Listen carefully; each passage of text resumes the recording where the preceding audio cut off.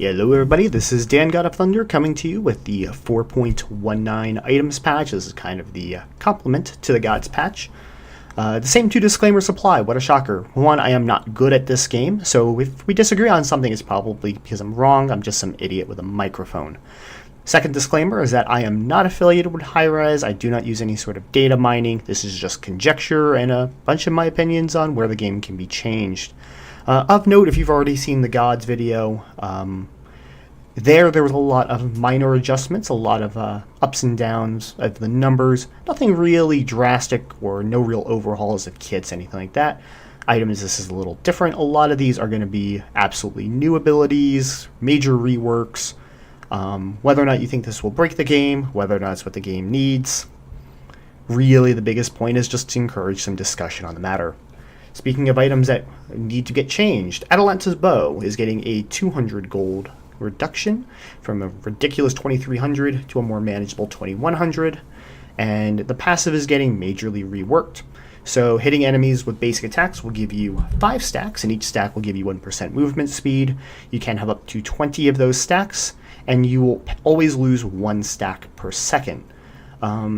So this will give you less speed at the top end compared to the old Atalanta's Bow, which could give you up to 28% movement speed, but the stacks go away every 3 seconds. This gives you 20% movement speed if you've hit the wave 4 times or hit the enemy 4 times, and you get much more time to capitalize on that increased movement speed. This isn't really going to be quite as effective as a boxing tool, kind of like the old Iqbal used to be used for, or the old Hasten Fatalis, but this will allow you to rotate much more effectively. This will allow you to go from duo lane over to Gold Fury, over towards mid lane, make rotations much more quickly.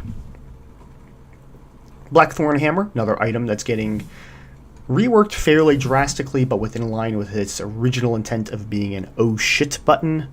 To kind of compensate for everything else that it's getting, it is going to get a 50 health reduction, but the cost is going down again to 2100 gold. And a brand new passive, major rework of the old one. The old one used to be that if you were reduced below 30% hit points, 30% health, then for 3 seconds you had 3 seconds subtracted from all of your abilities on cooldown, and you would also have free mana casting. For 5 seconds, you can only activate once per 60 seconds. This one will give you the 3 second subtraction on all of your cooldowns immediately, but it gives you 20 physical power, 20 of each protections, and again, same 60-second rule. This gives you a little more opportunity if you can turn it around, if your jungler's coming back, things like that. Blackthorne Hammer always seems to be kind of a item you build into if you are losing, and no one wants to admit, especially solo laners, that they are losing their lane, which is when the passive is useful. This gives you a little bit more option for counterplay. Ethereal Staff, still staying at the same price. Magical power is being reduced from 90 to 75, but it will get a new passive. And once per ability, if you damage an enemy god, they lose 3 physical and magical protections. You gain 3 physical, 3 magical protections. This effect lasts for 6 seconds and can stack up to 3 times per enemy hit, although it can stack on multiple gods.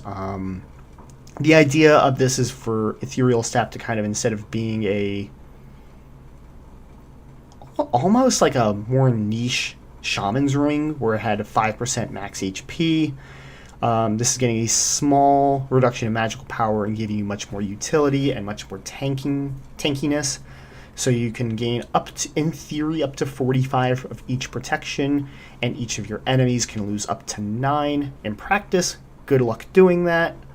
So it's, you might still be able to get the 9 if you can drop your entire kit on them, which can be beneficial, especially more of in a team fight where you're landing this on 3-4 gods, especially if you're playing, say, an RTO solo where you have to be the front line and you have a lot of abilities.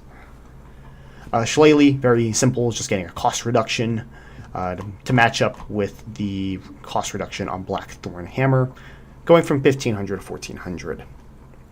Shoguns Kusari, which is an item that is being used quite frequently and gives absolutely ridiculous stats, especially on the attack speed, which is getting a 5% nerf. This is still going to be very beneficial, especially for more of a backline support, but also for solo laners like Erlang Shen or Bellona who can make use of it, but will not provide quite as much attack speed as before. Void Shield getting a small reduction in cost.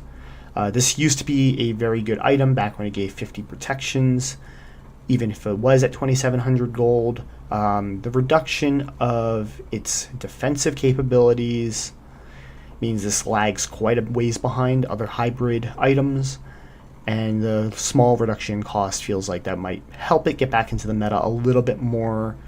We would have to see. The last item would be Warlock Sash, which is going to go from 50 magical power at the start to 60.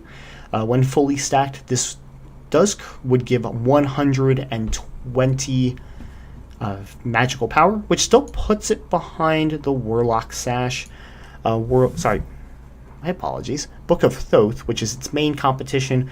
Book of Thoth, when fully stacked, gives 875 mana, 15 MP5, and 126 magical power, just on its own merits, not taking into account the natural mana that mages have, and also not taking into account the amount of any other items that you would build that have mana into it.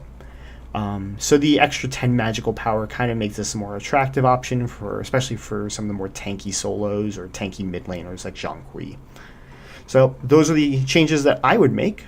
Let me know what you think in the comments. Feel free to like, share, the whole 9 yards. Feel free to catch me on Twitch as well at twitch.tv/Dan God of Thunder. Thank you guys for watching. Take care, and I will see you at some other point.